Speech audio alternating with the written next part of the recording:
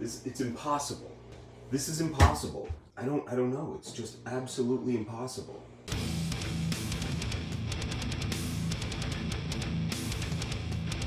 Impossible meat made from plants.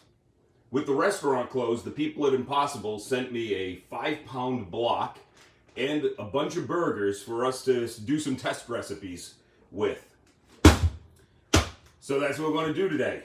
We're going to try making Impossible Warak Arish, stuffed grape leaves. We're going to actually try making Impossible Kibbenai, which is raw.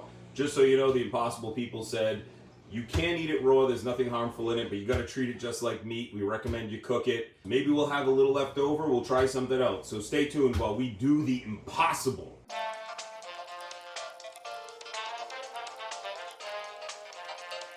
I'm going to get started here with the Kibbenai, the raw version of the dish.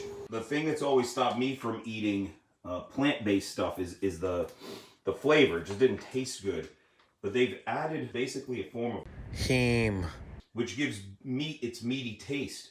So we're going to start with a very, very small batch. Just in case, because I don't know, maybe it sucks. That's an 8-ounce patty. First we're going to put the salt, a tablespoon of minced onions. It feels a little more grainy than meat, like clumpier. So we're going to go with allspice, a dash of cinnamon. Those little clumps of fat is what I think is going to stop us from making this something we want to eat raw. I'm a little nervous, just to be honest. All right, so here's the verdict. Flavor-wise, you can't tell that isn't beef. I can't tell that isn't beef. It's got a fat in it that kind of coats your mouth and a little sliminess to it. Kibbenai is not what we're going to do with this. But let's make a patty and we'll start by making a nice seasoned burger.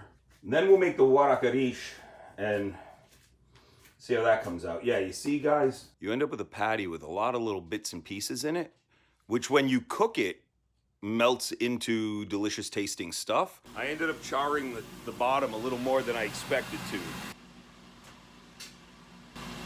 Honestly, it looks no different than beef, and the flavor just tastes like kibbe. Well, I guess it's not impossible. Yeah. You'd be hard-pressed to know this wasn't beef. We'll get started with the Warak Arish. So for every 2 pounds of meat, you want 1 cup of rice, tablespoon of salt, teaspoon of cinnamon, 2 tablespoons of allspice. Honestly, if I put a blindfold on you, you might think this meat was slightly frozen by its texture. That's what it feels like. Okay, the thing you need for Warak Arish is you need grape leaves. All right, lay them out. Hopefully they're all nice and trimmed. Oh, these actually look pretty good. 1/2-inch log of meat. Roll, fold, fold. Finish it. You make these little pyramids. You might be able to get 4 bunches in this Instant Pot.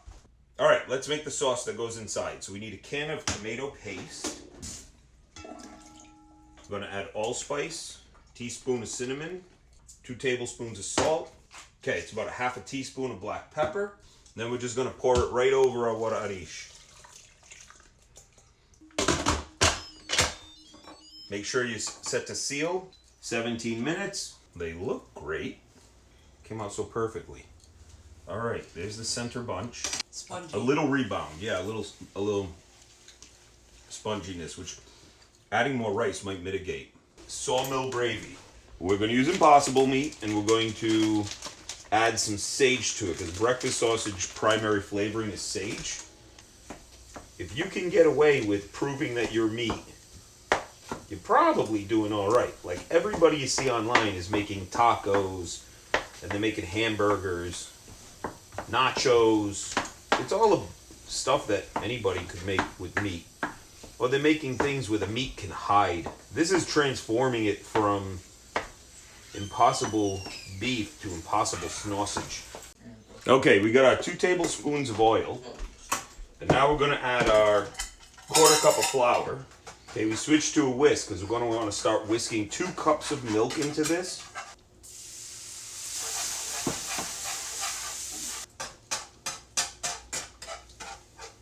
All right, now that it's all incorporated, we'll pop the meat back in. Let's see what it needs. That's really good. You'd be hard pressed to guess that wasn't impossible meat. That's really good. So for the last thing, we're gonna try to make my Coney Island sauce. This is a big challenge. Frozen peas. That's what it smells like. You're cooking frozen or fresh peas. Yep. That's like a really, really nice beef broth. We'll turn it into a mock pho. So let's add some onions, ginger, star anise, fish sauce. We won't need this anymore. We're definitely not doing coney. We'll pour this right over the noodles. Little lime. 3 slices of jalapeno. The Thai basil and cilantro are on order, if you can believe it. I can't even get it right now.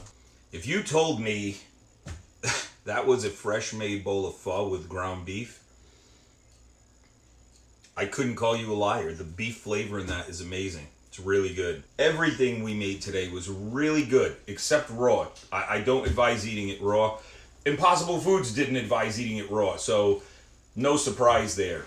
Thank you again to Impossible Foods for providing this for the restaurant so we could actually try it out. Extra plus because they knew we were making this video and didn't mind. Hey, do us a favor, throw a like, subscribe, leave a comment, tell us what you think, or if you have another idea for those, let us know. Thanks everybody, and don't forget what JP and I always say, you can cook anything.